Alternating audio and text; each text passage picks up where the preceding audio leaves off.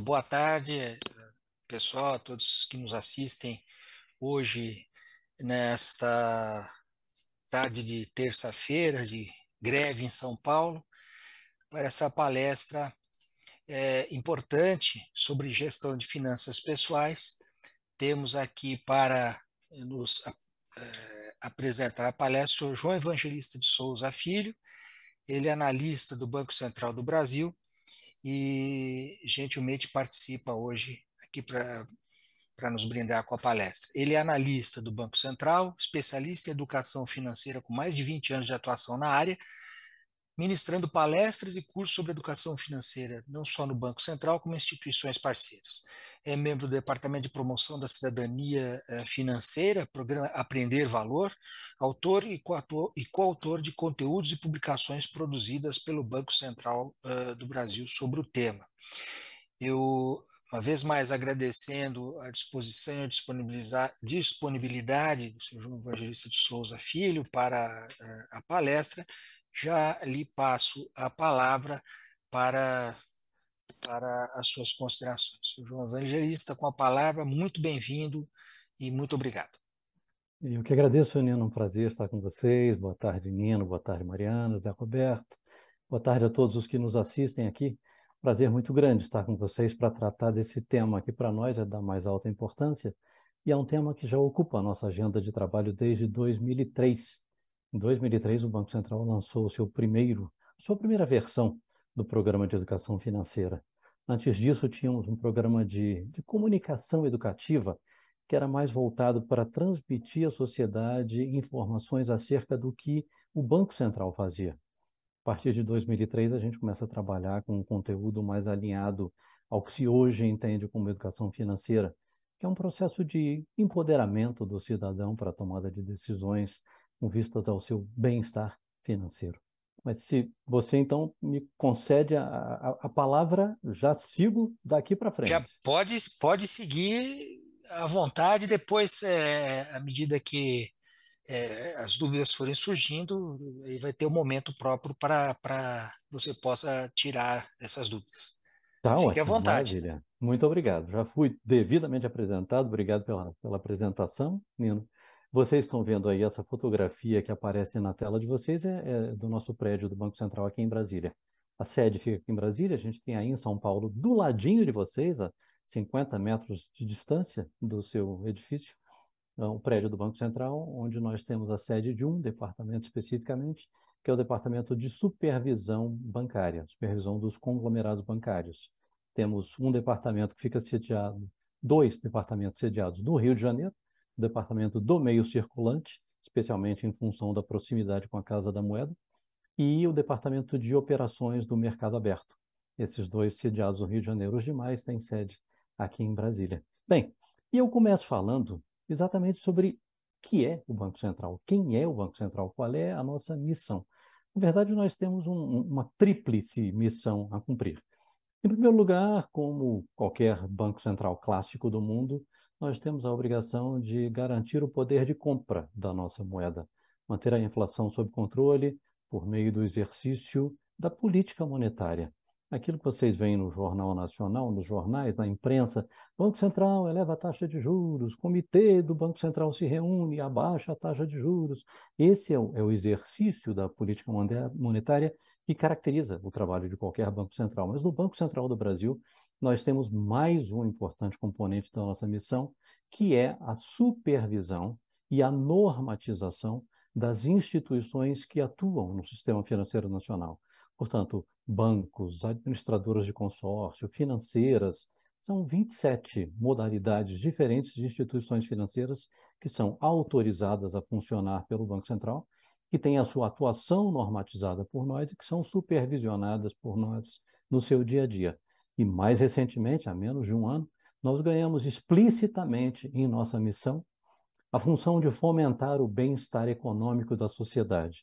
E nós entendemos que nada melhor para que a gente possa fomentar o bem-estar econômico da sociedade do que promovermos a inclusão financeira, a inclusão a produtos e serviços de qualidade, de interesse para o cidadão, e, naturalmente, a inclusão financeira precisa ser acompanhada de educação financeira, para que o cidadão possa funcionar melhor no seu dia a dia.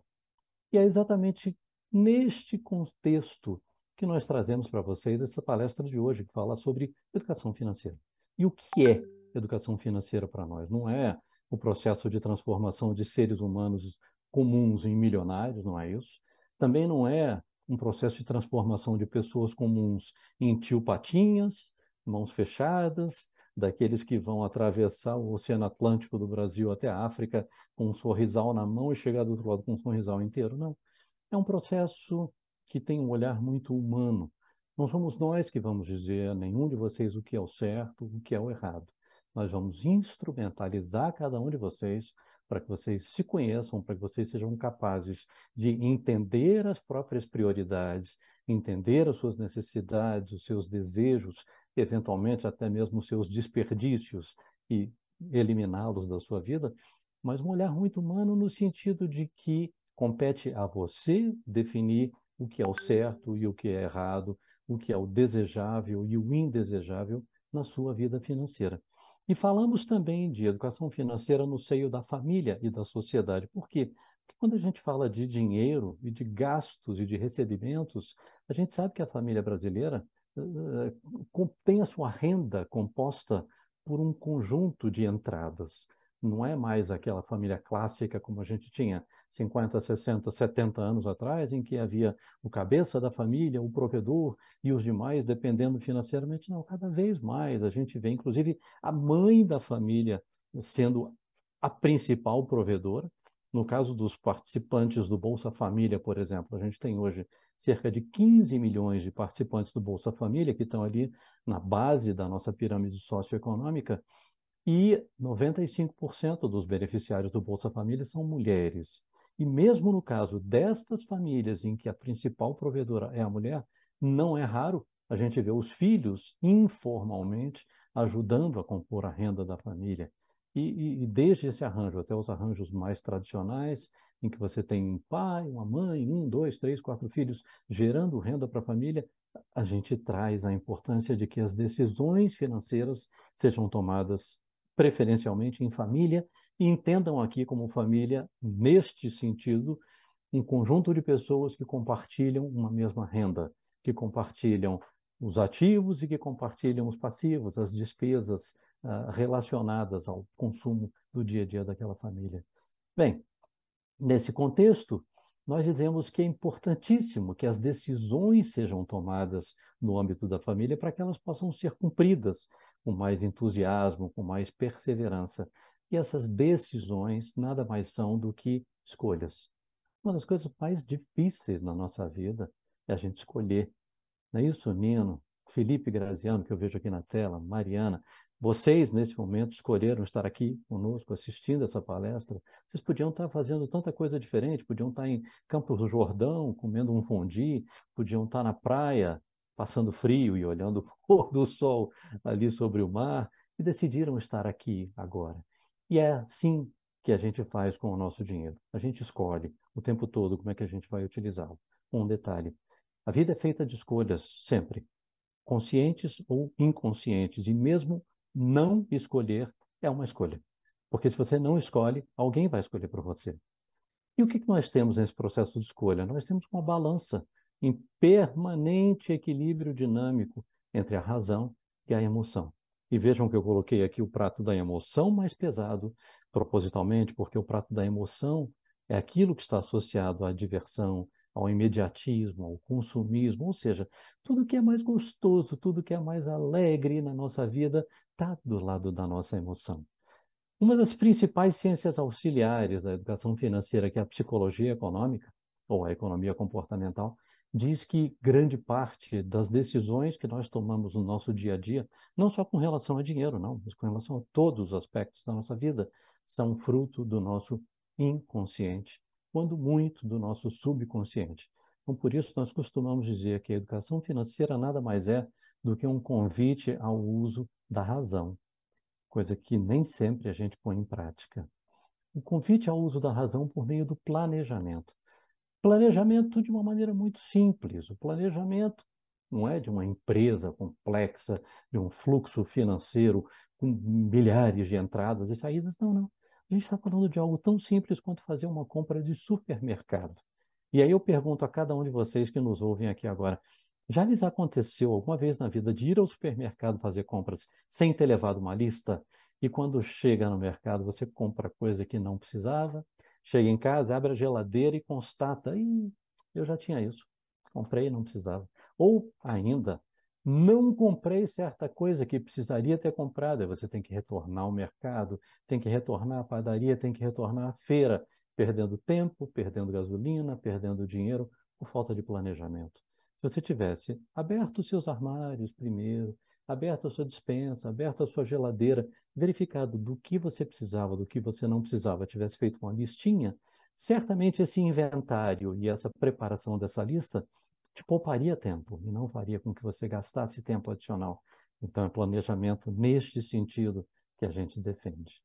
E aqui eu trago um interessante exercício para vocês, só para a gente demonstrar um pouco dessa nossa racionalidade limitada. Eu vou pedir a cada um de vocês que nos assistem agora que façam de cabeça, por favor, não usem calculadora, que façam de cabeça essa conta.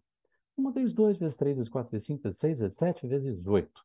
Quanto vocês acham que é o resultado dessa conta? Se eu tivesse presencialmente com vocês, eu ia pedir, de fato, que cada um levantasse a mão e respondesse se a letra A, B, C ou D, mas agora, né, só na tua palestra online, eu quero só que você se concentre. Qual é o resultado dessa operação? E agora eu vou mudar o slide e vou pedir para vocês fazerem o resultado de uma outra operação. Esta aqui que está na tela.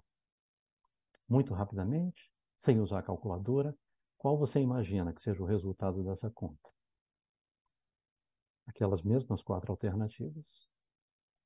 E agora eu mostro algo interessante a vocês. Essas duas contas parecem absolutamente idênticas. E, de fato, do ponto de vista matemático, elas são absolutamente idênticas.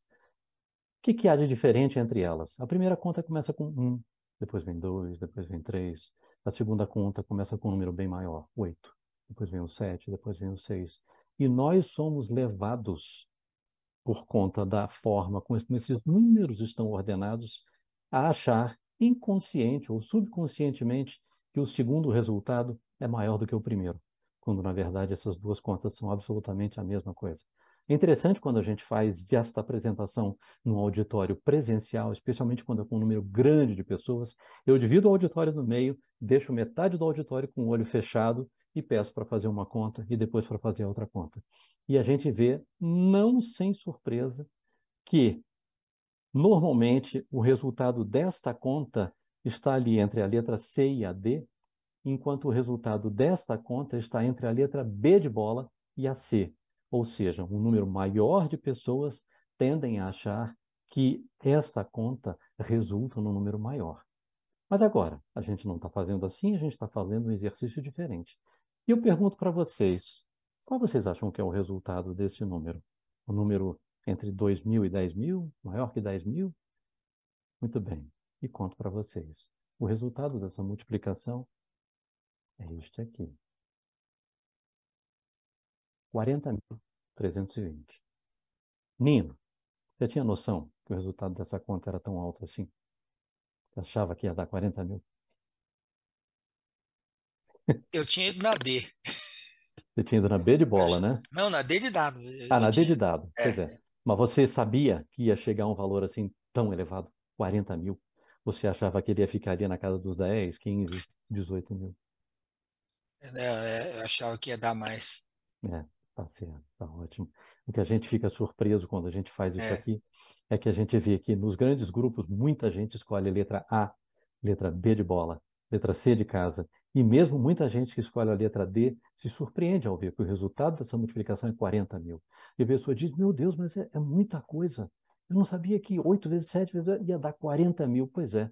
A mesma coisa acontece quando a gente vai a um supermercado e a gente faz as nossas compras sem ter feito a programação. E quando chega para pagar no caixa, 1.500, 2.000 reais, o que eu estou levando aqui? Eu não estou comprando nada de especial para que essa conta esteja tão grande. É exatamente isso. Você não está levando nada de especial. Um somatório de pequenas coisinhas e de grão em grão a galinha enche o papo e a tal da contabilidade mental que a gente faz nos trai. É assim que a gente se trai também com o resultado do nosso cartão de crédito mensal. Se a gente não faz o acompanhamento paulatino das nossas despesas, quando chega ao final do mês, você fala, esse mês eu vou ter aí 3, 4 mil reais de despesa de cartão de crédito, quando você vê o dobro, o triplo disso, você fica surpreso sem saber onde foi que você gastou, e de fato não foi nada extraordinário, foi apenas um somatório de pequenas coisas. Por isso que a gente insiste tanto na importância e na necessidade do planejamento. Na verdade, quando nós falamos em educação financeira, a gente trabalha com um tripé de elementos, que são o planejamento, a poupança ativa e o crédito responsável. A gente até brinca com um acrônimo: planejamento, poupança, crédito, PLAPOCRE. É esse PLAPOCRE que norteia a nossa vida financeira. Quando a gente fala, evidentemente, em planejamento, a gente está falando em decisão do que vai ser consumido, do que vai ser guardado, do que vai ser poupado. Para que a gente possa ser capaz de decidir, a gente precisa levar em conta as nossas necessidades e os nossos desejos. Quais são as nossas necessidades? Aquilo que é absolutamente fundamental para que a gente consiga sobreviver: alimentação, moradia, transporte, comunicação, lazer, vestuário, comunicação, que inclui também internet, inclui telefone celular, uma série de outras coisas. São vários elementos que compõem as nossas necessidades de quem vive em sociedade, e muitas vezes você vê essas necessidades diferirem de um grupo social para outro, de um indivíduo para outro. Nós estamos falando aqui com um conjunto de pessoas que trabalham em um tribunal, para quem é possível que usar um terno e uma gravata sejam uma exigência do seu trabalho. Se não for uma exigência no código de vestimenta, ela pode ser uma exigência implícita para que você esteja bem vestido, seja respeitado no seu ambiente profissional. Um determinado traje será requerido. Então, para você, um terno e uma gravata podem ser uma necessidade. Para alguém que é um atleta, por exemplo, um corredor, um jogador de futebol, terno e uma gravata não fazem muito sentido. Mas, por outro lado, uma chuteira ou um par de tênis que custe aí 1.000, 1.500, 2.000 reais, algo que é impensável no nosso dia a dia de pessoas comuns, para aquele profissional pode ser uma necessidade. Então, aquilo que a gente precisa entender é que as necessidades e os desejos variam de pessoa para pessoa.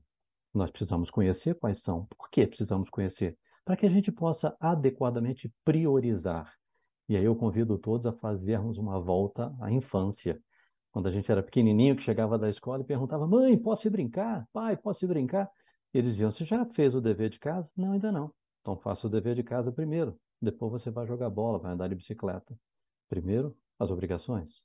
Primeiro, as necessidades. Depois, os desejos. Não tem nada de errado com a satisfação dos desejos, não é pecado, não é nada disso. Mas primeiro você precisa dar conta das suas necessidades. A gente falou do planejamento e agora a gente vai falar da poupança. Poupança ativa. O que significa poupar de forma ativa? Significa poupar com um propósito, poupar com um objetivo, dar nome ao dinheiro. Não é apenas poupar para fazer como o tio Patinhas, que vê uma nota em cima da outra, uma moedinha em cima da outra, e se regozija, tem aquele prazer só de ver o dinheiro ali quietinho. Não, não, não é isso. É poupar para que a gente possa fazer frente às nossas despesas no futuro, desde o futuro imediato, desde uma reserva de emergência que pode precisar ser usada a qualquer momento, até o futuro mais distante da nossa aposentadoria. Então, é dar nome ao nosso dinheiro, estabelecer qual é o propósito daquele dinheiro que nós estamos guardando. E o que a gente entende como poupança? A gente entende como poupança guardar do dinheiro que nos sobra. É assim que a gente classicamente define poupança. Aquilo que sobrou depois da gente fazer frente às nossas necessidades e aos nossos desejos, a gente guarda para utilizar amanhã. Para quê? Em busca de segurança. Eu acabei de mencionar imprevistos, e a gente viu durante esse período de pandemia, por exemplo, muitos negócios sólidos, muitos empregos sólidos sendo perdidos por conta de um evento que não era sem precedentes na história, mas que não tinha acontecido na nossa geração. E a gente se surpreendeu. E muita gente teve imensas dificuldades. E por conta desses imprevistos, quem não tinha uma reserva de emergência sofreu mais, ou mesmo com reserva de emergência para quem é um servidor do Estado, e aqui eu disse Estado com letra maiúscula, servidor federal, ou mesmo um servidor estadual, alguém que trabalha para o governo e que tem praticamente toda a certeza de que vai receber o seu salário em dia e que tem um plano de saúde, ok. Aí eu pergunto a você, seu plano de saúde cobre todas as suas despesas? Se você tiver necessidade de uma prótese, por exemplo, você vai ter essa prótese coberta pelo seu plano de saúde? É aquela prótese alemã, suíça, ou é uma prótese chinesa ou paraguaia? Ah, então talvez seja interessante você ter também o dinheiro guardado para um imprevisto mesmo, você tendo um plano de saúde. Não, mas o meu plano de saúde cobre tudo. Digo, ótimo. Ele cobre remédio também? Ah, é remédio não, pois é. Eu, pessoalmente, João Evangelista, quando faço meu orçamento, eu verifico que um dos itens que mais me despendem recursos são os gastos com farmácia, suplementos alimentares, remédios, etc. Para mim, para minha mulher, para meu filho. A gente tem a necessidade de colocar isso tudo na ponta da linha. Então, por isso, contar com os imprevistos é importante. Por isso, poupar para ter a segurança de ter algum dinheiro guardado para fazer frente a um imprevisto qualquer. Para evitar o endividamento, a gente tem hoje mais de 70 milhões de cidadãos brasileiros, isso é um terço da população brasileira endividada.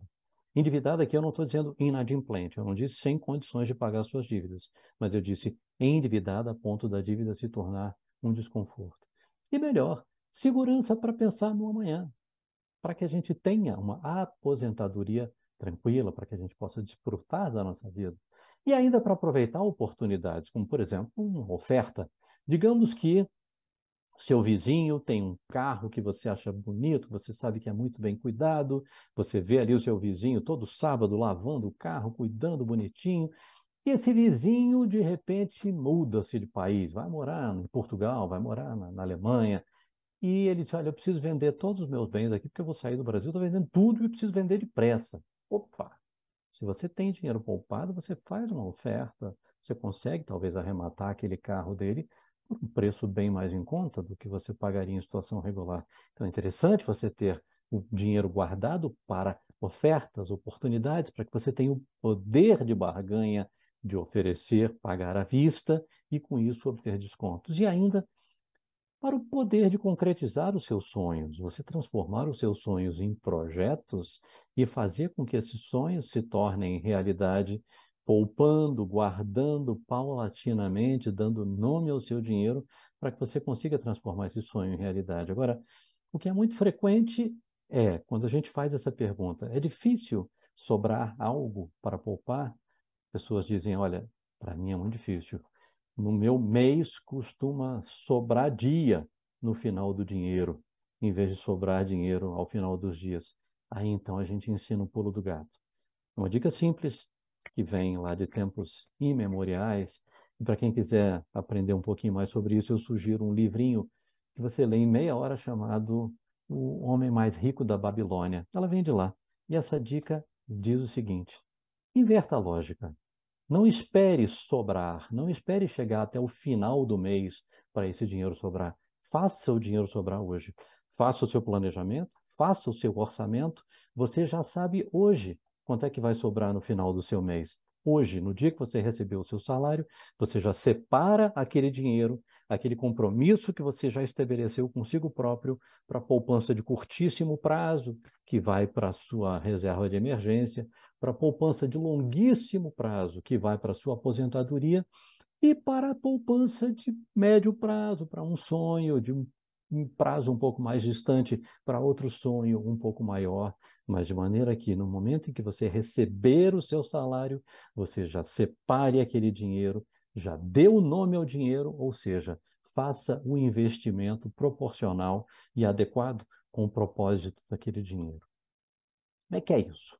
Como é que é essa história de fazer um investimento proporcional àquele dinheiro? A gente sabe que os investimentos financeiros têm três características, que são a liquidez, é a capacidade de transformar o seu investimento em dinheiro imediato, dinheiro na mão.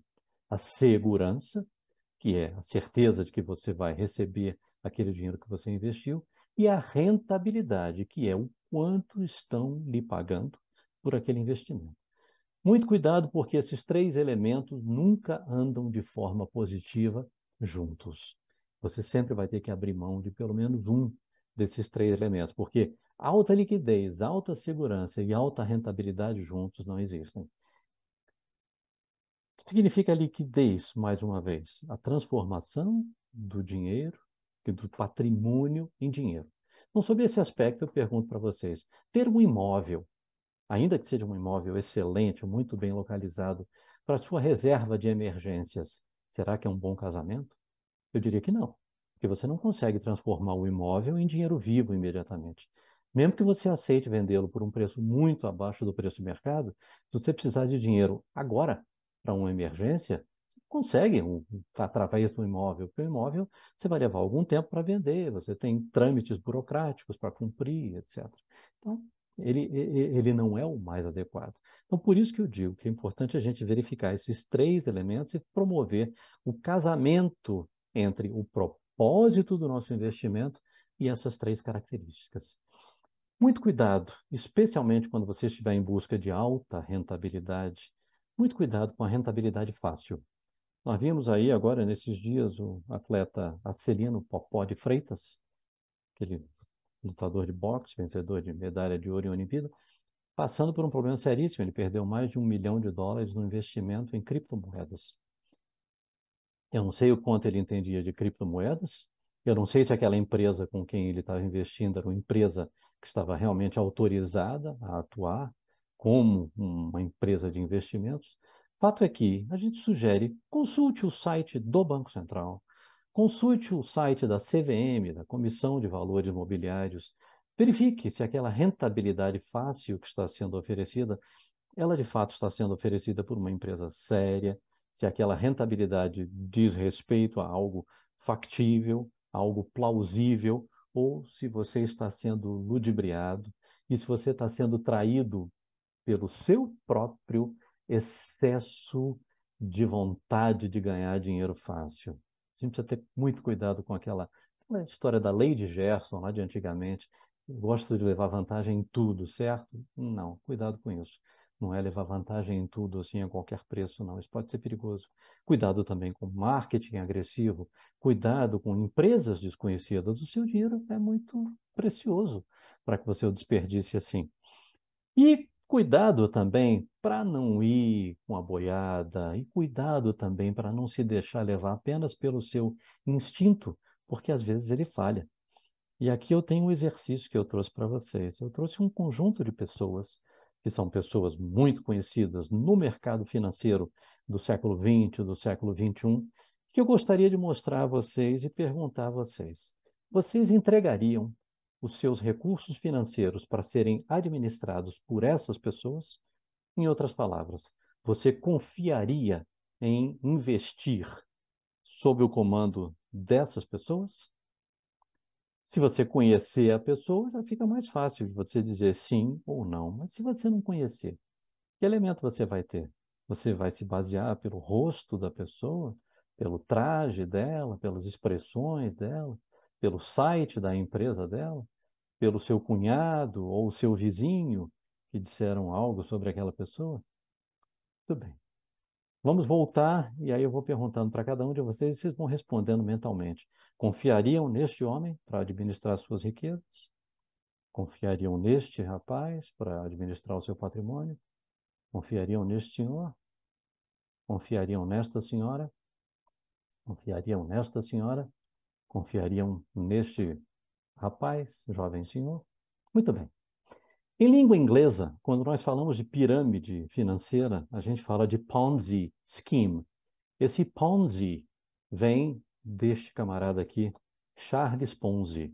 Lá nos anos 30, 40, nos Estados Unidos, ele deu um golpe monumental, um dos maiores golpes financeiros do século XX, a ponto de ter tido seu nome imortalizado. Pirâmides financeiras, Ponzi Scheme. Foram muitos, milhares de cidadãos americanos que perderam muito dinheiro com ele. Já esta senhora, com essa aparência assim pacata, discreta, ela foi uma guru, especialmente das senhoras americanas nos anos 60 e anos 70. Ela era uma consultora financeira que escrevia para aquelas revistas Cosmopolitan, Vogue e coisas do gênero, como a nossa revista nova de hoje.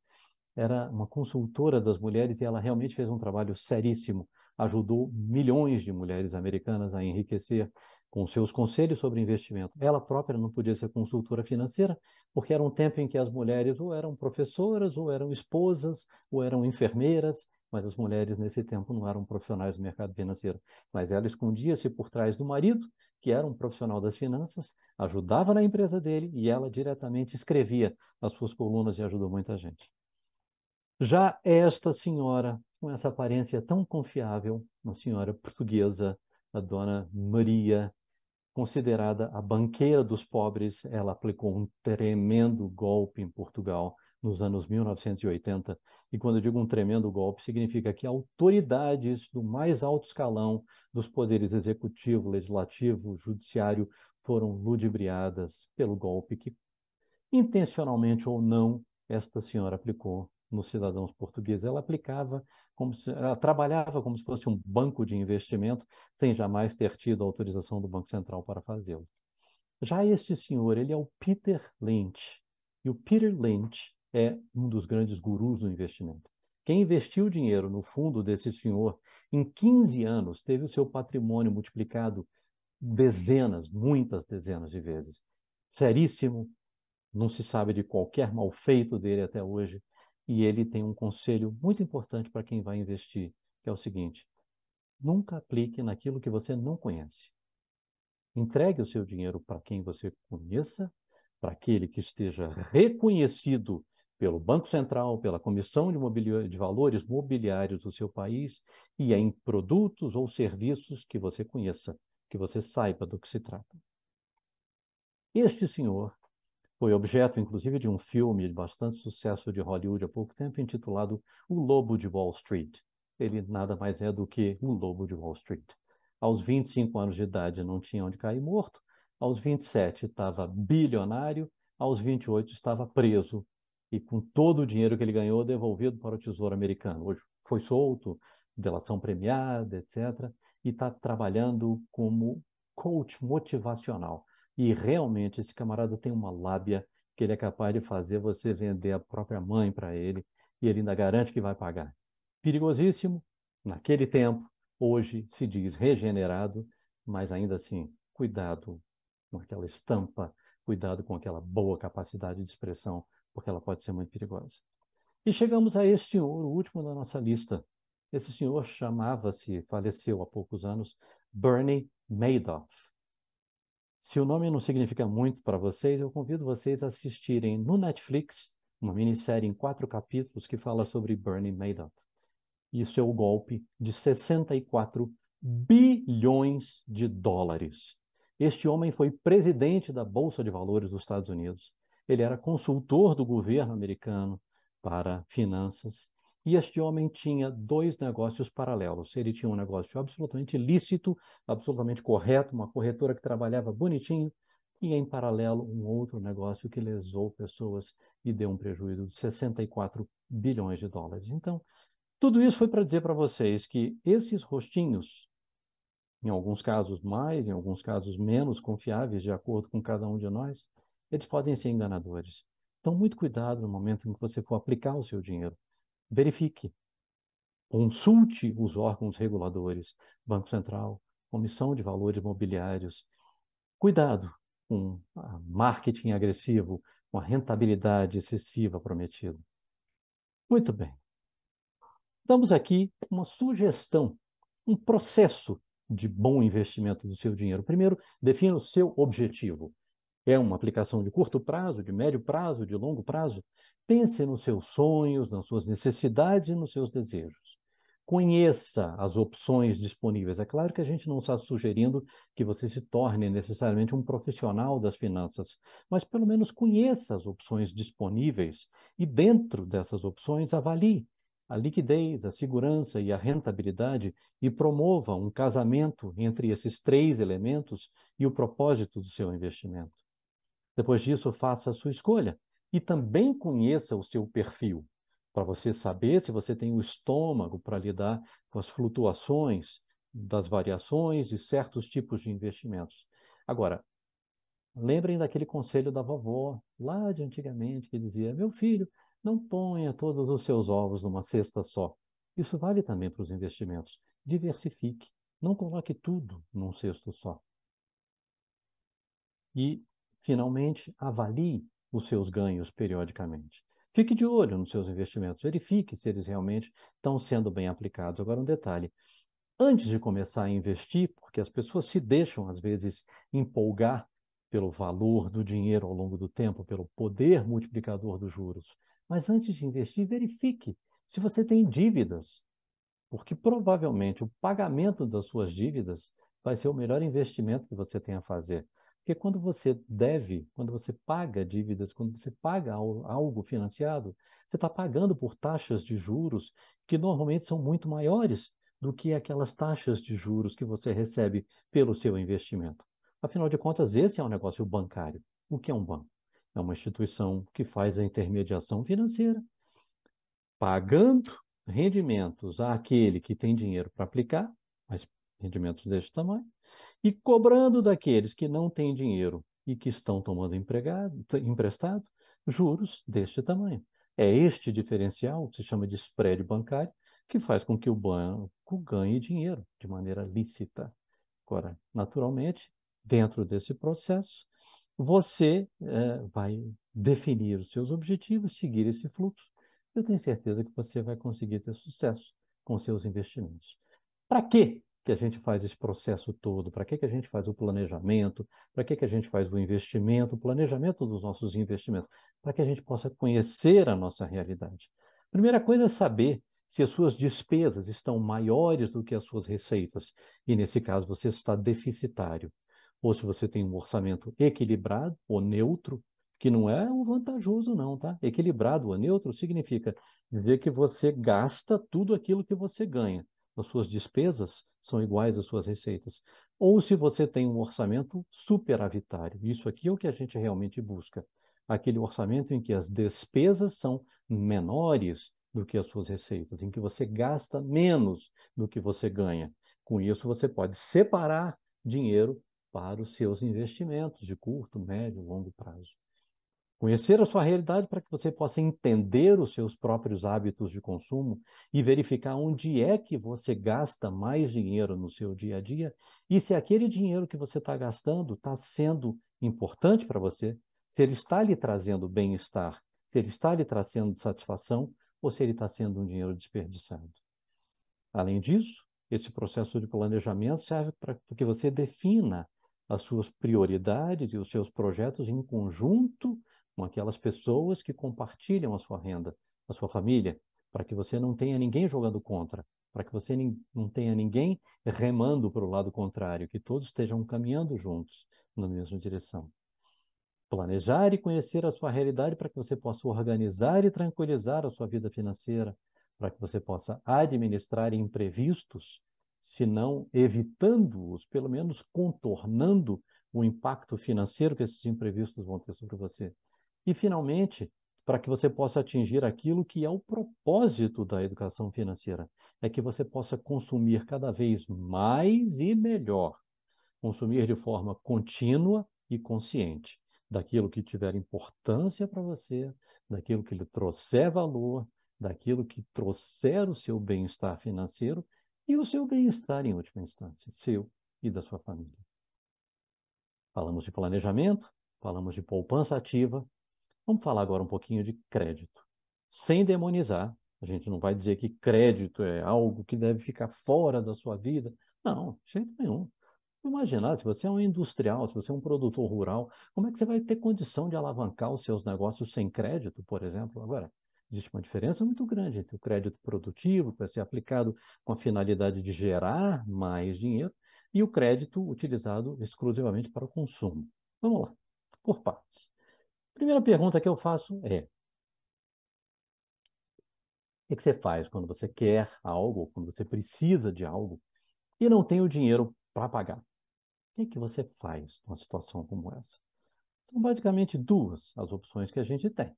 Uma é você compra agora, sem dinheiro, e paga depois, usando o crédito. ou você poupa agora e deixa para comprar depois à vista. Existe aqui uma escolha intertemporal, uma troca intertemporal. É claro que se eu compro agora, eu começo a usufruir daquele produto ou daquele serviço agora. Se eu deixo para comprar na frente, eu só vou usufruir do produto ou do serviço na frente. E aí, qual será que é uma melhor alternativa? Vamos ver. Antes da gente chegar a essa pergunta de qual é a melhor das duas opções, é preciso que a gente deixe algo claro. Em finanças pessoais, toda escolha tem uma consequência, e essas consequências são os juros.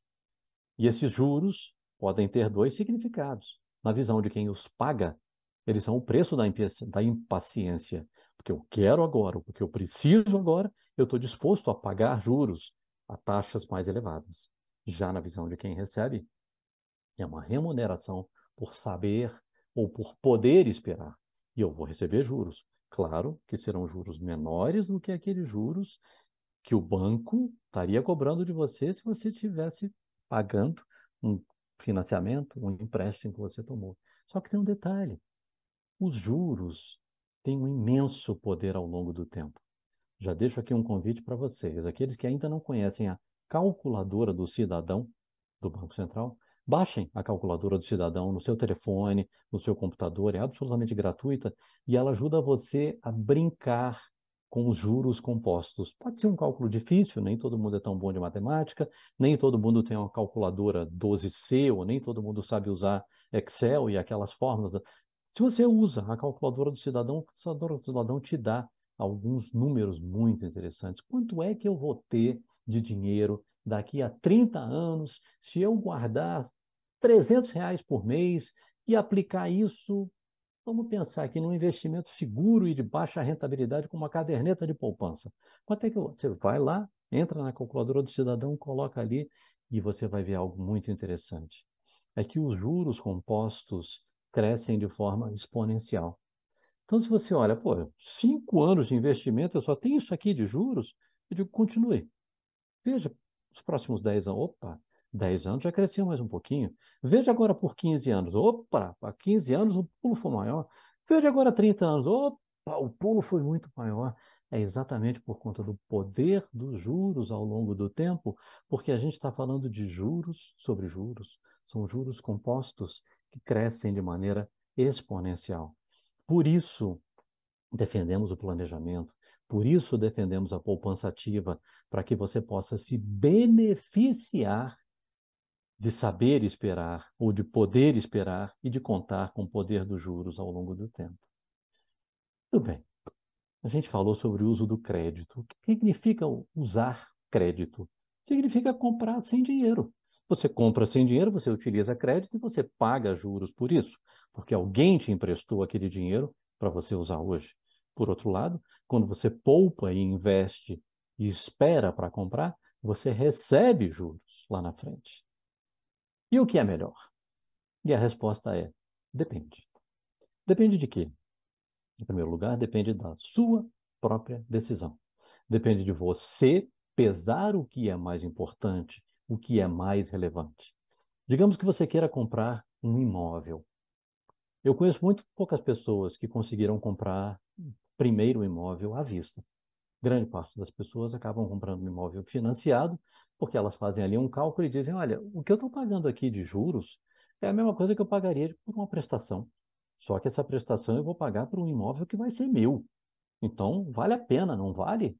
A minha resposta é: depende. Depende de você. Porque se você não estiver pagando pelo seu imóvel, você estiver pagando por um aluguel e reduzir o seu aluguel, por exemplo, e poupar alguma coisa, e deixar para poupar aplicar em outra coisa da sua vida, e se contentar com nunca ter um imóvel e sempre viver de aluguel, pode ser uma opção válida, contanto que você tenha a constituição do seu patrimônio. O que você não pode é simplesmente não ter um imóvel e também não ter patrimônio de forma alguma, porque aí você não vai ter sua reserva de emergência, você não vai ter os seus investimentos para médio e longo prazo assegurados. Agora, João, mas você está falando uma tolice, João. Todo mundo sabe que imóveis são o investimento mais seguro do mundo. Aí eu pergunto a vocês, será? A gente viu agora no Rio Grande do Sul, por exemplo, 2 semanas atrás, uma enchente monstruosa, que praticamente afogou uma cidade. O que aconteceu com aqueles imóveis que estavam ali naquela cidade? Eles perderam grande parte do seu valor. O terreno está mantido, mas as edificações que foram construídas simplesmente foram perdidas. Ah, mas isso aqui é uma situação muito rara, não é em todo lugar que acontece uma enchente, um tornado. Ok, não é. Mas na frente da sua casa, na frente do seu apartamento, alguém pode construir uma penitenciária, alguém pode construir uma torre de celular, alguém pode construir uma casa de festas, que aquele lugar que um dia foi valorizadíssimo, hoje pode não ser mais. Vocês que moram em São Paulo, que conhecem bem São Paulo, me digam se eu disser uma besteira agora, mas eu me lembro de Rua Augusta, por exemplo, ali nos anos 60, a gente ouvia muito falar nas músicas, entrou na Rua Augusta a 120 por hora, era a coisa mais chique.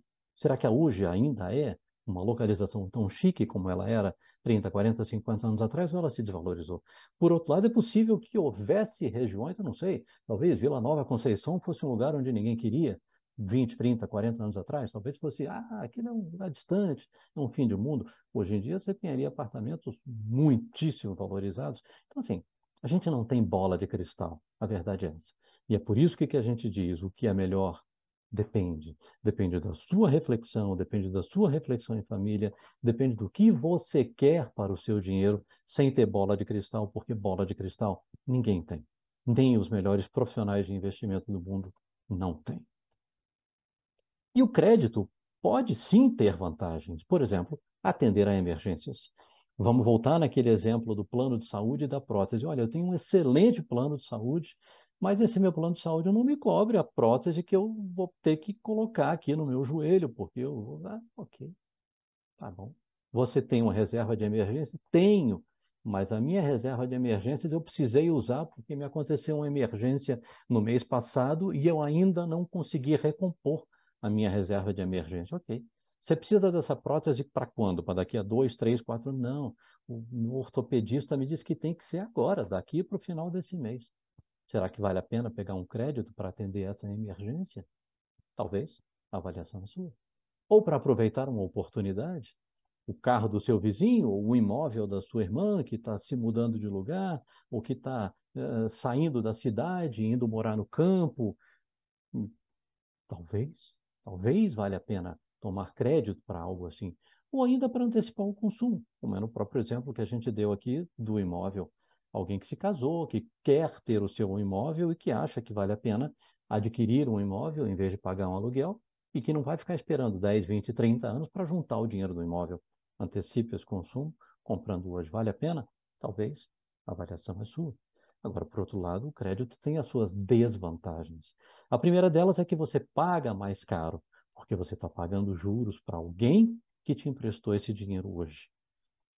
Outra desvantagem é que você compromete o seu consumo futuro. Quer dizer, como assim, João? Não entendi. É assim. Vamos dar um exemplo concreto.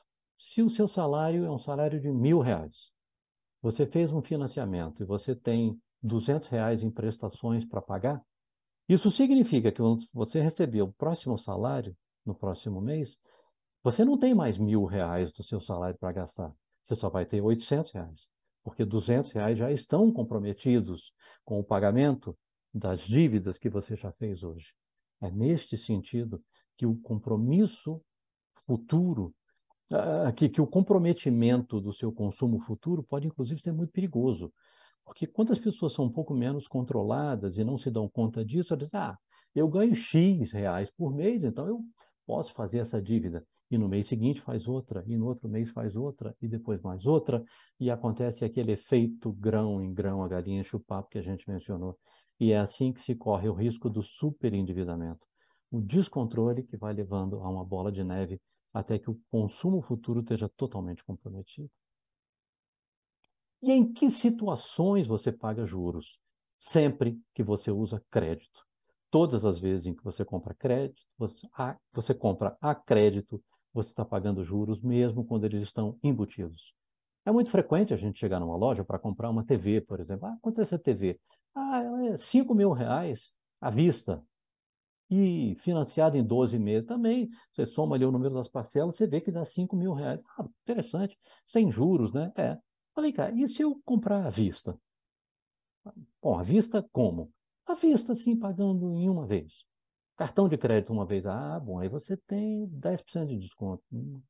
E se for no cartão de débito? Ah, bom, aí você tem um desconto de 12%. E se for no Pix? Bom, aí você tem um desconto de 15%. Ah, é? Então o preço à vista era realmente um preço à vista? Ou ele era um preço que mascarava juros que estavam embutidos ali dentro? Provavelmente era isso. Agora, detalhe.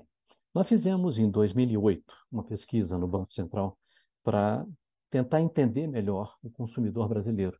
Isso foi antes da elaboração da nossa primeira estratégia nacional de educação financeira. E compreendemos o seguinte: o cidadão brasileiro endivida-se porque ele não quer se endividar. Não entendi. Isso é um paradoxo para mim. Eu explico. A pessoa não quer se endividar e ela diz: não, não, eu vou precisar aqui de um dinheirinho adicional, porque nesse mês o meu orçamento estourou, mas no mês que vem eu vou conseguir me reequilibrar. Então, eu vou fazer o seguinte: eu vou usar o cheque especial nesse mês, que me cobra aí 8, 9, 10% de juros, ou então eu vou entrar no cartão de crédito, vou usar o rotativo, não vou pagar a tarifa inteira, porque no mês que vem eu me reequilibro. Aí sabe o que acontece? Quando chega no mês seguinte, a pessoa não consegue se reequilibrar e aquela dívida de 8, 10, 12% ao mês vai crescendo, crescendo, se tornando uma bola de neve de forma absurdamente rápida. Estes são os dois grandes perigos do cheque especial e do cartão de crédito, que são instrumentos lindos, maravilhosos, quando usados da forma para a qual eles foram planejados. Cartão de crédito e cheque especial não é complementação de renda. Eles existem para ser usados emergencialmente e por um período muito curto. Segundos, horas, minutos, poucos dias. Não muito. Porque eles têm taxas de juros muito elevadas. E existem motivos pelos quais as taxas são elevadas. Eles já são uma linha de crédito pré-aprovada. Você não precisa ir no seu banco, você não precisa negociar com o seu gerente, você não precisa pedir uma aprovação. Não, não, não. Ele já está ali, disponível para você. E exatamente essa disponibilidade é o que faz com que ele seja tão caro.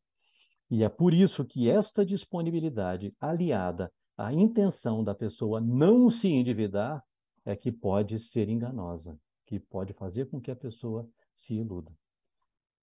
Quando mais você paga crédito, quando você tem empréstimos, financiamentos, carnês e o pior dos mundos, quando você paga contas após o vencimento, especialmente quando você tinha dinheiro para pagar, quando você paga multas, quando você paga juros de mora, quando você paga encargos, IOF, uma série de outras coisas, por puro esquecimento, por pura distração, por pura falta de planejamento. Por isso, a nossa insistência é tão forte para que você ponha o planejamento em prática. Deixa eu dar um exemplo numérico do poder dos juros compostos. Esse não é um exemplo com valores atuais, tá? Os valores estão um pouco menores do que os valores que a gente vai encontrar no mercado, mas vocês vão entender já já qual é o meu propósito. Vejam uma máquina de lavar, uma geladeira e um aparelho de ar-condicionado com os seus valores à vista, em 12 prestações daqueles valores respectivos. Total a prazo é aquele que vocês veem nas bolinhas cor de salmão, cor de laranja. Se você comprasse à vista, quanto você economizaria? Você economizaria em cada um daqueles itens o que está ali na bolinha azul. Ah, é boa economia, mas não parece nada assim tão atraente, né? De repente, um casal jovem, recém-casado, que está montando a sua casa, pode achar interessante fazer essas compras de forma parcelada. Tá, vamos explorar um pouco mais esse exemplo. Comprando à vista, você paga R$ 3.780. Comprando a prazo, 4.296. O que significa isso? Uma diferença de R$ 515. Só que vamos lembrar que dinheiro é uma moeda de troca. Dinheiro é um símbolo. Dinheiro não é algo que tenha significado por si só. É um número na sua conta no banco, ou, na melhor hipótese, ele é um pedaço de papel que está ali na sua carteira, é um pedacinho redondo de metal que está aqui em cima da sua mesa, e ele sozinho não faz sentido. Mas quando você converte o que o dinheiro pode comprar, talvez isso faça mais significado. Então, voltando aqui, se eu disser para vocês que a diferença entre comprar uma máquina de lavar roupas, uma geladeira e um ar-condicionado à vista ou a prazo são R$ 515, isso pode não fazer tanta diferença. Mas e se eu disser a diferença entre comprar à vista e a prazo é que se você comprar à vista, você consegue comprar, além daqueles três produtos, um fogão, um forninho, um liquidificador, uma torradeira e ainda toma um sorvete com a sua mulher para comemorar a sua inteligente decisão de compra. E agora? O significado é outro. Por isso a gente faz esse convite para que você converta o dinheiro para aquilo que o dinheiro pode comprar. Ou ainda outra forma de converter o seu dinheiro é convertê-lo em horas de trabalho. Quantas horas você precisa trabalhar para que você consiga acumular aquele dinheiro? Para que você seja capaz de tomar uma decisão mais bem embasada sobre se vale a pena ou se não vale a pena você se endividar para comprar algo. Se você optar por usar o crédito, consequentemente pagar juros, cuidado com o endividamento excessivo. Como é que esse endividamento excessivo se forma? Primeiro, compras fora do plano. Aquela notinha de supermercado, ela vale para tudo na nossa vida. Tudo que a gente for comprar no supermercado ou fora, se a gente faz com uma nota, com planejamento, planejando de cabeça fria, a gente certamente tem melhores condições de deixar o nosso orçamento sempre superavitário. Se a gente compra fora do plano, por impulso, a gente pode se perder. O excesso de compras a prazo, por causa da contabilidade mental. Aquela mesma contabilidade mental que não nos permitiu ver que aquela multiplicação de 8 vezes 7 papapá, resultava em mais de 40 mil.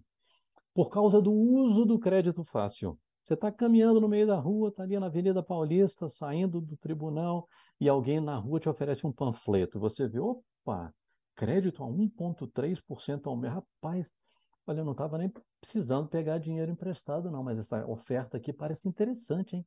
1,3 são juros baixos, né? Entra na calculadora do cidadão e faça a simulação para ver se esses juros são baixos mesmo. Agora, mais importante do que simplesmente calcular o valor é entre no seu processo de planejamento e pense: de quem é o seu dinheiro? O seu dinheiro é seu ou é de quem lhe ofereceu o panfleto no meio da rua? Você gasta o seu dinheiro porque você assim decidiu ou porque outra pessoa tomou a decisão por você? Isso aqui vale também para o seu vizinho quando compra um carro novo, para sua vizinha quando compra uma bolsa nova, para o pai do coleguinha do seu filho quando compra um par de tênis novos para o seu filho. Você vai decidir o uso dos seus recursos com base nas decisões alheias? De quem é o seu dinheiro? Ele é seu? Então, cuidado com esse uso do crédito fácil e mais. Cuidado com os gastos antes de receber. Em outras palavras, cuidado com o ovo dentro da galinha. É perigoso contar com o ovo dentro da galinha antes da galinha botar esse ovo para fora. Nino, na introdução dessa palestra de hoje, mencionou São Paulo em dia de greve. A gente sabe de greves, a gente sabe de greves, inclusive no setor público. Nós, no Banco Central, que a propósito estamos em campanha no presente momento, por uma valorização da carreira e por uma redução das assimetrias entre os nossos vencimentos e os vencimentos de outros servidores do setor público, nós tivemos ano passado um período de greve. Foram 30 dias em que a gente participou de uma greve e que a gente realmente deixou de receber o nosso salário durante 3 meses. E se alguém tivesse contando com aqueles gastos antes de receber o seu salário e quando chegasse ao final do mês não recebesse o seu salário? Então, até uma decisão como entrar em greve ou não entrar em greve, ela tem que ser pesada de acordo com as suas reservas de emergência, de acordo com as suas finanças, para que você não se embanane, para que você não se atrapalhe. Um cuidado, porque mesmo servidor, aconteceu, por exemplo, com professores recentemente, professores do Estado e mesmo professores das redes municipais, que tiveram os seus salários atrasados em função de uma série de questões. Os servidores públicos, com estabilidade, com garantia de emprego, mas ainda assim tiveram atraso nos seus vencimentos. Então, muito cuidado com esses gastos antes de receber. Pagar ou receber juros? E eu posso mesmo receber juros? Pode, gente, pode. Se você poupa, acumulando seus valores no presente para utilizá-los no futuro e investe, Ou seja, se você aplica aqueles recursos que você poupou com a expectativa de obter ganho futuro, você pode sim receber juros, e esses juros vão ser muito significativos com o passar do tempo. Mais do que anotar receitas e despesas, planejamento é associado, está associado ao orçamento. O orçamento é um instrumento de planejamento. Ele não é um instrumento de registro só. A gente não está sugerindo que você fique simplesmente anotando as suas despesas num pedaço de papel, não. O que a gente sugere é que você faça um orçamento inteligente, verificando o seu ano inteiro e pensando em todas as despesas ao longo do seu ano, para evitar mais uma descoberta que a gente fez lá em 2008, quando a gente fez aquela pesquisa que eu mencionei para vocês, que é a de que grande parte dos orçamentos do cidadão brasileiro ficam no vermelho por conta dos imprevistos. Aí a gente vai perguntar, é mesmo? Que imprevistos te aconteceram? Olha, no começo do ano eu tive que comprar material escolar para o meu filho. Sim, e qual é o imprevisto disso? Todo começo de ano, seu filho precisa de material escolar. Não houve imprevisto. Houve uma falha no seu planejamento. Imprevisto não. Aniversário da sua mulher tem todo ano. Natal tem todo ano. Aniversário do seu filho tem todo ano. Dia das mães, dia dos pais tem todo ano. Um instrumento de planejamento é o orçamento para que você possa pensar não só mês a mês, mas em pensar em todas aquelas despesas sazonais, IPTU, que vai vir ali no determinado mês do ano, o IPVA sobre o seu veículo, que vai vir em outro determinado mês do ano, e eles vão vir. E o que é que você pode fazer? Você pode planejar e você pode destinar recursos para o pagamento de cada uma daqueles itens. Lembram quando eu disse lá no começo que o poupar e investir dando nome para o seu dinheiro? Você pode fazer isso, você vai poupando mês a mês. Olha, meu IPVA vai vencer em janeiro do ano que vem. Ok, eu começo a poupar agora. Setembro eu vou poupar um pouquinho, outubro um pouquinho, novembro um pouquinho, dezembro mais um pouquinho. Quando eu receber o meu IPVA, eu pago o meu IPVA à vista. Qual a vantagem? Se eu pagar o meu IPVA à vista em vez de parcelar, eu vou obter um desconto aí de 5% no valor do meu IPVA. Cara, 5% é dinheiro, é bastante, é mais do que você conseguiria pelo seu investimento ao longo desse período. Então, vale talvez a pena você fazer aquele pagamento à vista, mas só se você tiver realmente juntado o seu dinheiro para conseguir fazer aquilo. Fica aqui o nosso convite, vamos colocar em prática, porque na teoria parece lindo, na teoria tudo parece fazer sentido. O problema é que a nossa racionalidade é limitada e a gente funciona muito na base do impulso, a gente funciona muito reagindo à sedução do mercado. E as propagandas são lindas, as embalagens são lindas, os rótulos são atraentes e o marketing é a ciência do demônio, gente. Eles não fazem mais uma pesquisa de bom gosto perguntando Nino, Kleber, Vanderlei, vocês gostaram mais desse ou mais desse? Não é assim que eles fazem. Eles pedem para você entrar num ambiente onde os produtos estão expostos, você está com um monte de eletrodozinho ali, você está com um sensor em todo canto, tem câmera filmando você, você entrou, olhou, por 2 segundos eles já sabem, não vão te perguntar nada. Eles vão dizer, ué, pesquisa terminou, terminou. Deu errado? Não, deu certíssimo. Você já respondeu o que eu queria como? O seu cérebro piscou aqui, piscou ali, piscou ali. O seu olho brilhou aqui ou brilhou ali. Você responde assim porque você responde com o seu impulso, você responde com o seu lado quente, você responde com o lado da emoção na sua balança. E é por isso que a educação financeira é um convite à razão, ao planejamento, à tomada de decisões de barriga vazia, de estômago cheio, desculpe, de estômago cheio e de cabeça vazia, de cabeça fresca. A propósito dessa história do estômago cheio, também a gente tem pesquisas que nos mostram que a compra no supermercado de barriga vazia implica numa conta um pouquinho maior, porque inconscientemente você acaba adquirindo mais produtos, porque seu corpinho está dizendo, eu preciso comer, eu preciso comer, eu preciso beber, e sem perceber, subconscientemente você está sendo levado àquelas decisões. Vamos colocar em prática?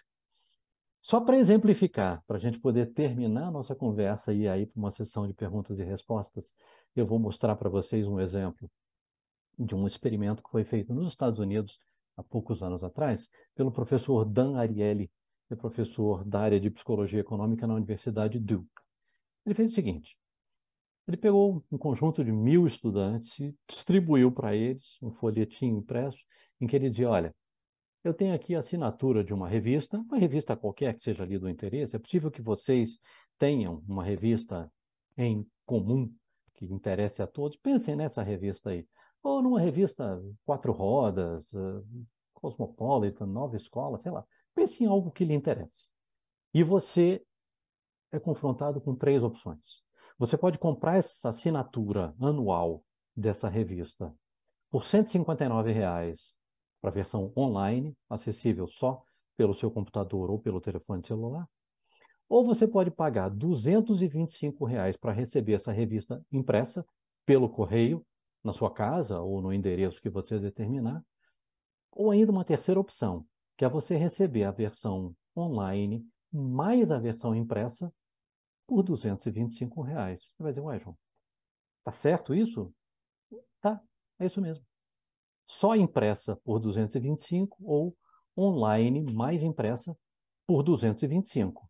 Opa! Vamos ver o que aconteceu com esses 1.000 alunos para quem o Daniele distribuiu esse formulário. Como não seria diferente, apenas 16% dos estudantes preferiram a versão online. Ninguém quis a versão só impressa e a esmagadora maioria dos alunos, 84%, disseram: ah, eu quero a versão online mais impressa, já que ela custa o mesmo preço da versão impressa. Bom, então, considerando que ninguém quis a versão impressa, vamos fazer o seguinte: vamos ver com outro grupo de estudantes apenas duas opções, que são online e online mais impressa. Vamos manter os mesmos valores, online por 159 ou online mais impressa por 225.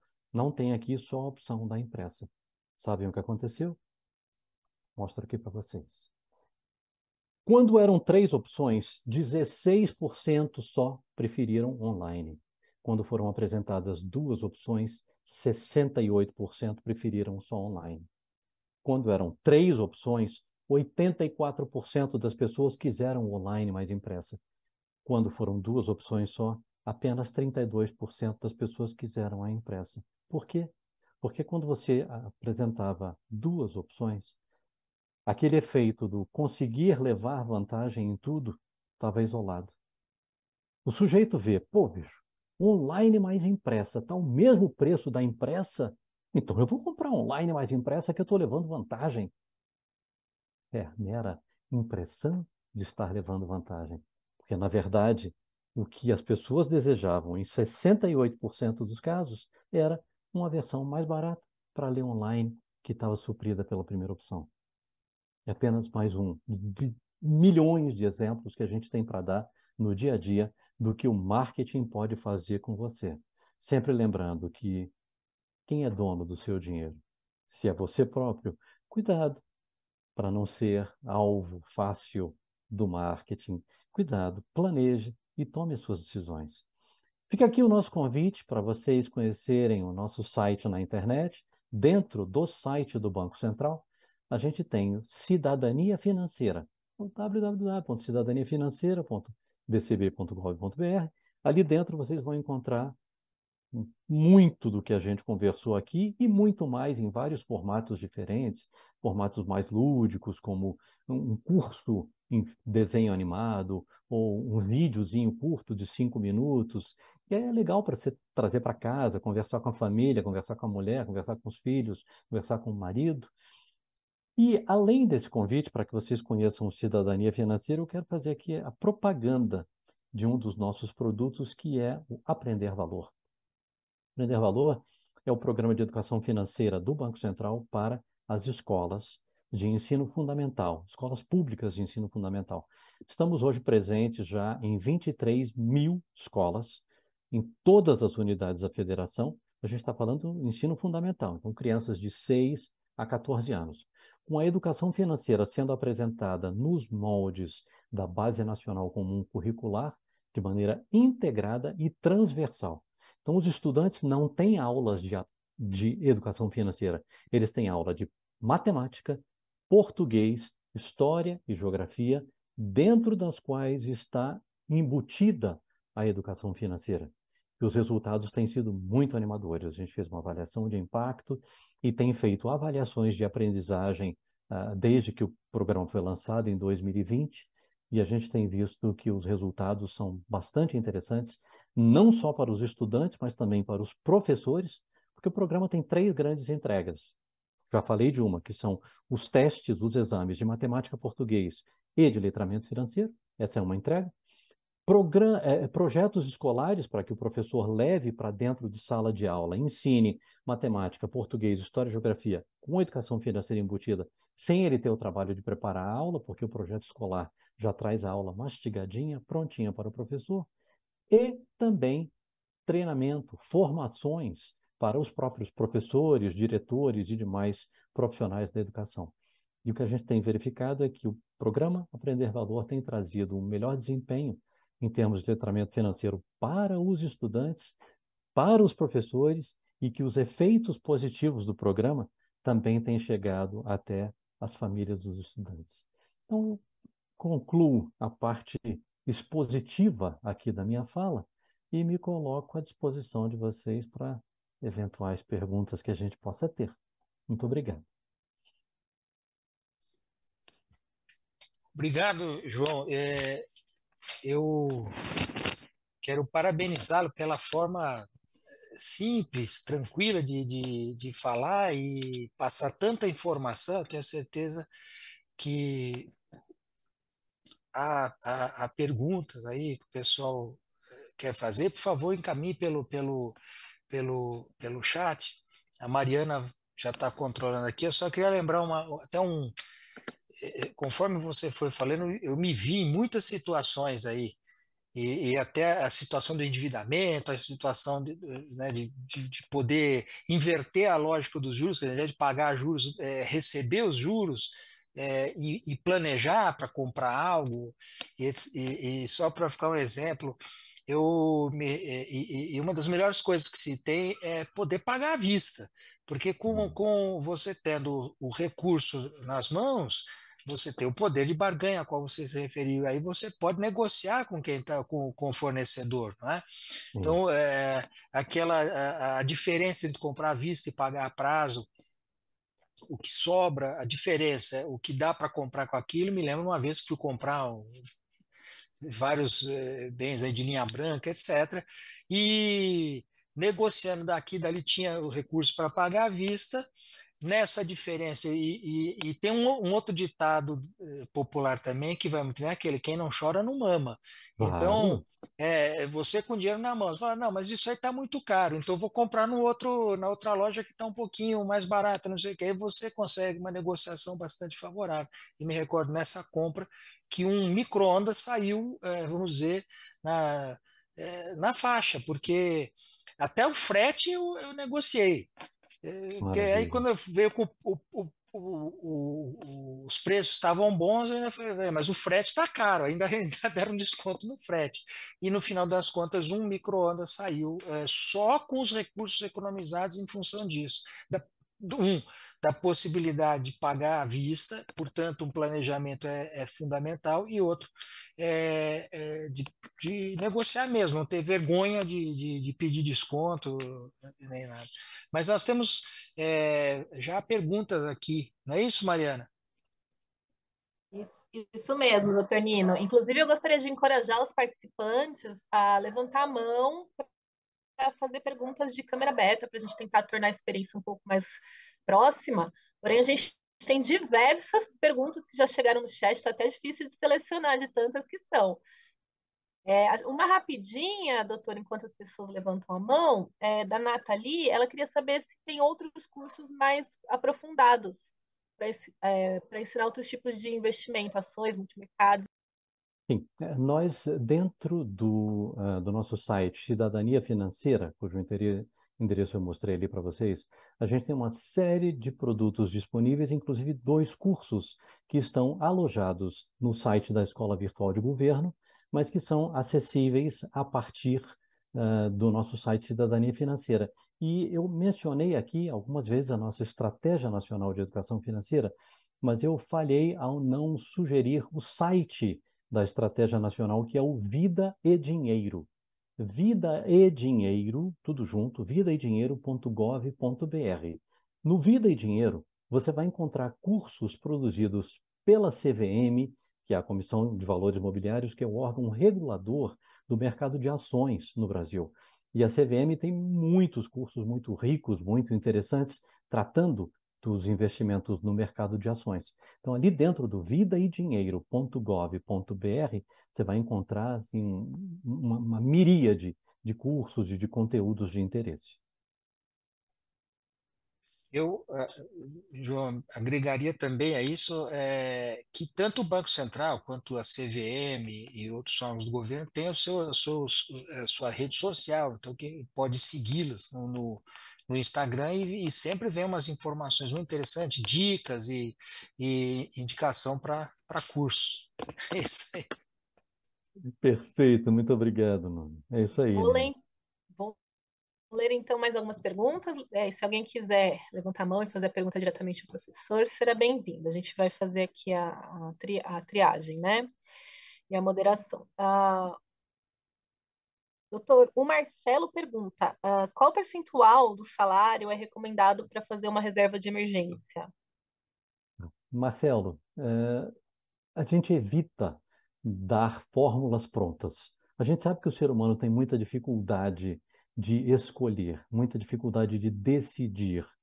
E aí, por isso, você vai ver muitos educadores financeiros fornecendo fórmulas prontas, dizendo X% ou o equivalente a tantos meses do seu consumo. Depende muito da sua estrutura de vida, depende muito da facilidade ou da dificuldade que você tenha para reunir recursos, mas de um modo geral, o que se vê os educadores financeiros recomendando é que você tenha uma reserva de emergências que corresponda a 6 vezes o seu salário, ou seja, meio ano de salário. Mas, de novo, eu digo, pessoalmente, o que a gente busca fazer aqui no nosso programa de educação financeira do Banco Central é um pouquinho mais trabalhoso, mas é mais efetivo, é levar cada participante a refletir sobre a sua própria situação, pensar o que poderia ser uma emergência na sua vida. E aqui eu dou algumas dicas. Eu falei muito da questão da saúde, mas existem outros exemplos que podem ser citados, como, por exemplo, um carro. Aí você fala, João, mas isso aí é básico, porque todo mundo faz seguro hoje em dia. Eu digo, sim, mas se lembre que você tem a franquia. E a depender do carro que você tenha, a sua franquia pode ser uma franquia elevada. Ela pode corresponder a um mês de salário líquido, dependendo do veículo que você tenha. Então, pense que a franquia do seu carro pode ser algo para o qual você deva reservar recursos emergenciais, questões de saúde e o que mais na sua vida pode surgir como emergência. Você pode ter necessidade de uma reforma na sua casa, ou se você mora em um apartamento e o conjunto de moradores do edifício decidiu fazer uma reforma no prédio, mesmo que você não estivesse contando com aquilo, você, na condição de condômino, vai ter que aderir à vontade da maioria e vai ter também que ajudar a custear aquela reforma no prédio. Então, assim, é um exercício de análise, de avaliação da própria vida e de prospecção do que pode acontecer no meu futuro. Essa é a maneira mais efetiva. Maravilha. O Vanderlei quer saber a sua opinião. Ele diz que muitos estão vendendo imóvel para aplicar o valor apurado no mercado de ações. Ele quer saber se isso é uma vantagem.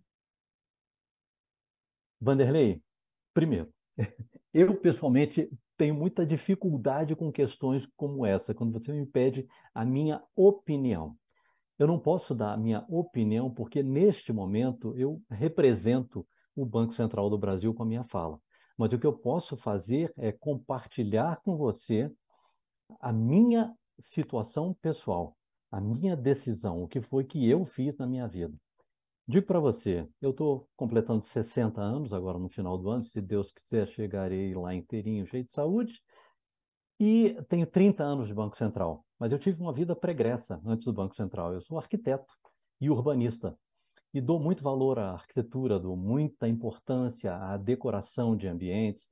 Fui criado numa família grande, ainda tenho uma família grande, com muitos irmãos, e a gente gosta de se reunir em casa e de fazer festas e um churrasquinho no fim de semana e coisas assim. Então, para mim, pessoalmente, ter um imóvel do meu gosto, em que eu possa utilizar da forma como eu bem entender, a qualquer hora do dia ou da noite, fazendo qualquer transformação que me aprover, era algo muito importante. Por isso eu peguei todos os recursos de que eu dispunha e empreguei no meu imóvel.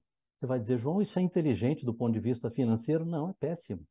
É péssimo porque se eu quiser me desfazer desse imóvel por um motivo qualquer, eu vou ter primeiro uma dificuldade, porque ele é um imóvel com maior valor agregado, e a este imóvel eu fui somando um conjunto de coisas para minha finalidade, para o meu bem-estar, que não representam valor em termos de comercialização disso. Então, assim, não é uma decisão baseada no valor financeiro do imóvel, mas na qualidade de vida que este imóvel me traz. E aí tem um ponto, e aqui eu me permito, inclusive, opinar, porque essa é a nossa posição institucional. O que importa não é quanto dinheiro você tem, ou quanto patrimônio você tem, o que importa é a sua segurança e a sua qualidade de vida combinadas. E eu, na minha vida pessoal, consegui conciliar ambos. Foi um imóvel que a gente conseguiu comprar com nossos recursos, endividando-nos muito pouquinho, mas é um endividamento que já ficou para trás no tempo, sem que a gente jamais estourasse o nosso orçamento para ter a situação que a gente tem. Desculpa que eu saí pela tangente, eu tergiversei, mas eu espero ter respondido a sua pergunta, Vanderlei. Acredito que sim, doutor. Eu também gosto muito de ter minha casa e fazer as reformas. Pois é, mas olha, Mariana, esta é uma opção sua e é uma opção Sim, minha. A gente não pode exato. criticar aqueles que façam opções diferentes. Eu, por exemplo, tenho um cunhado que é consultor financeiro, ele é controller de uma grande empresa, é uma indústria, mas ele é o controller, ou seja, ele é um profissional da área de finanças, formado em economia, em contabilidade, com pós-graduação em finanças. Ele diz: eu não tenho imóvel, não terei jamais um imóvel para morar. Ele até tem imóveis que ele tem como parte da cesta de investimento deles, mas, mas ele não tem um imóvel, ele não mora no imóvel dele. Essa é a opção dele. Legal, muito bom. A Ana Carolina fez uma pergunta sobre o uso do cartão de crédito. Se pode ser vantajoso com os programas de fidelidade, a questão de poder trocar por passagens aéreas. Vamos lá. Ana Carolina, brigadíssimo pela sua pergunta, muito importante. Primeiro, programas de fidelidade, eu acho que eles são uma das maiores fontes de desperdício da face da Terra. Porque muito frequentemente a pessoa compra, adquire uma anuidade, um cartão de crédito pagando caro por aquela anuidade, porque ele oferece um programa de milhagem X, Y, Z, e muitas vezes acaba nem usando aquelas milhas, acaba até mesmo perdendo aquelas milhas. Então, isso é algo que você precisa levar em consideração. Agora, o cartão de crédito, se bem utilizado, é extremamente inteligente. E quando eu digo se bem utilizado, o que significa bem utilizar o cartão de crédito? Significa pagar a sua fatura integral, na data certa, sem deixar estourar um dia para que você não pague juros sobre aquilo, porque se você faz assim, ele se torna um meio de pagamento programado. E a depender do seu nível de controle, do seu nível de organização, e se você tiver fontes de rendas diferentes, talvez até valha a pena você ter diferentes cartões de crédito com diferentes vencimentos. Mas também não vai ter 30 cartões de crédito para cada um, porque senão o trabalho que você vai ter para controlar e o risco disso é muito grande. Mas se você recebe, por exemplo, seu salário quinzenalmente ou semanalmente, talvez valha a pena você ter mais de um cartão de crédito para tentar casar a data de pagamento com a data de seu recebimento dos seus recursos. Isso pode ser uma medida interessante. Lembrando que o cartão de crédito, apesar desse nome, ele não é feito para que você pague em prestações. Ele é feito para que você concentre a data de pagamento por um conjunto de coisas que você comprou em um determinado dia do mês. João, Maravilha. me Sim, Pronto? permita acrescentar algo aí na pergunta, por favor. na resposta, melhor dizendo, que pagar à vista a fatura do cartão e nunca utilizar o crédito do cartão, o crédito rotativo. Isso, Só numa situação assim de emergência da emergência, porque são as taxas de juros mais altas, né? A do cartão, como você ressaltou, a isso. taxa de juros do cartão e a do cheque especial. E a do cheque especial, exatamente. Por isso que a gente disse, se você verificou que você teve de fato alguma dificuldade tremenda e você vai precisar se endividar, avalie se você tem acesso a outras formas de endividamento que cobram taxas de juros mais baratas. E ainda com um detalhe, agora já não falando do cartão de crédito, mas falando em modalidades de endividamento, quaisquer que sejam.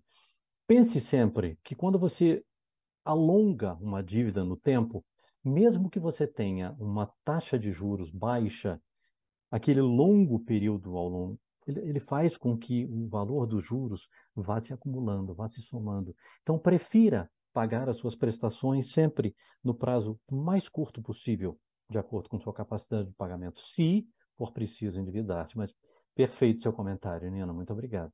Acho que dá tempo de mais uma pergunta. Só lembrando a todos que a gente tem o canal do YouTube, EMAG TRF3, para quem quiser ver, assistir o vídeo da palestra depois. Eu vi que algumas pessoas perguntaram, então já fica aí a resposta.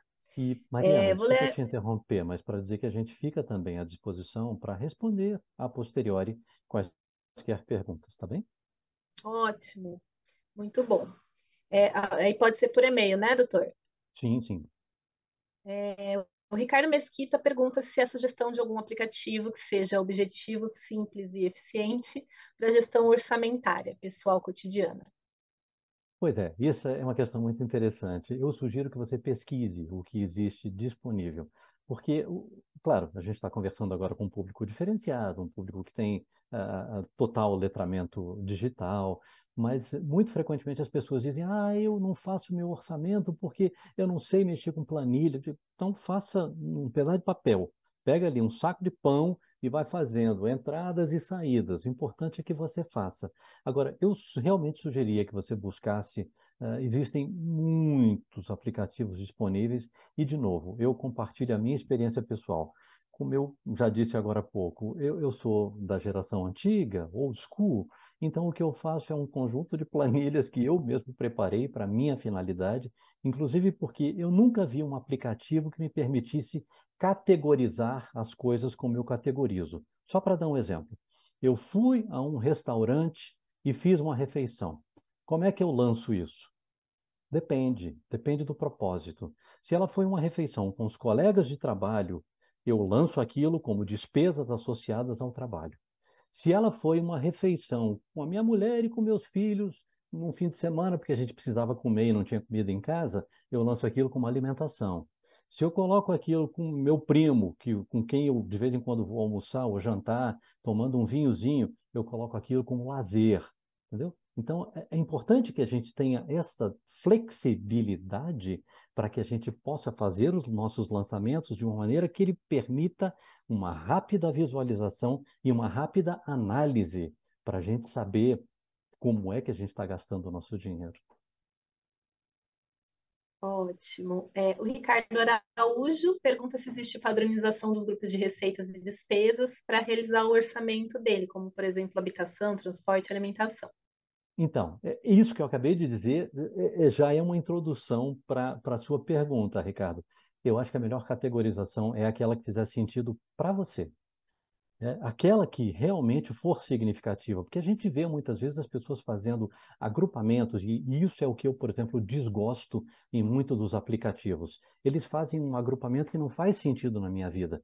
E a vida de cada um de nós tem as suas particularidades. Então, a minha sugestão é que você faça as suas adaptações para aquilo que realmente faça sentido para você e para sua família. Muito bom. Para finalizar, vou fazer uma última pergunta rápida. A Andrea pergunta onde que nós devemos guardar a nossa reserva de emergência, se na poupança é um bom local. Então, vamos lá. Uma coisa importante, obrigado, Andréa, por essa sua pergunta. Você me lembrou algo importantíssimo que eu tinha esquecido de dizer. Quando a gente fala em caderneta de poupança, a gente sabe que ela não é o investimento com o maior retorno. Aí muitas pessoas dizem, mas isso é em função da segurança. Então, vou contar para vocês uma coisa. Existe algo no Brasil chamado Fundo Garantidor de Créditos para os bancos e Fundo Garantidor de Créditos Cooperativistas para as cooperativas de crédito, que é um valor que protege depósitos hoje de até R$ 250 mil em algumas modalidades de investimento. Caderneta de poupança é uma delas, CDB é outra delas, RDB é outra delas, letras de crédito agropecuário, letras de crédito imobiliário, todos esses recursos têm exatamente a mesma proteção da caderneta de poupança, que são R$ 250 mil. Então, se um banco fale e você tinha ali aplicado até R$ 250 mil, você recebe isso em poucos dias do Fundo Garantidor de Crédito. Agora, a caderneta de poupança é igualmente protegida como esses outros instrumentos que eu citei. E um detalhe, existe uma outra modalidade muito interessante de investimentos, que são os títulos públicos do governo brasileiro, comercializados por meio da plataforma do Tesouro Direto. A pessoa fala, eu vou comprar um Tesouro Direto. Não, você vai comprar um título público por meio do Tesouro Direto. O Tesouro Direto é uma plataforma de compra e venda. Então o Tesouro Direto tem essa proteção de R$ 250 mil do Fundo Garantidor de Crédito? Não, ele não tem proteção nenhuma, mas ele é um título público do governo brasileiro.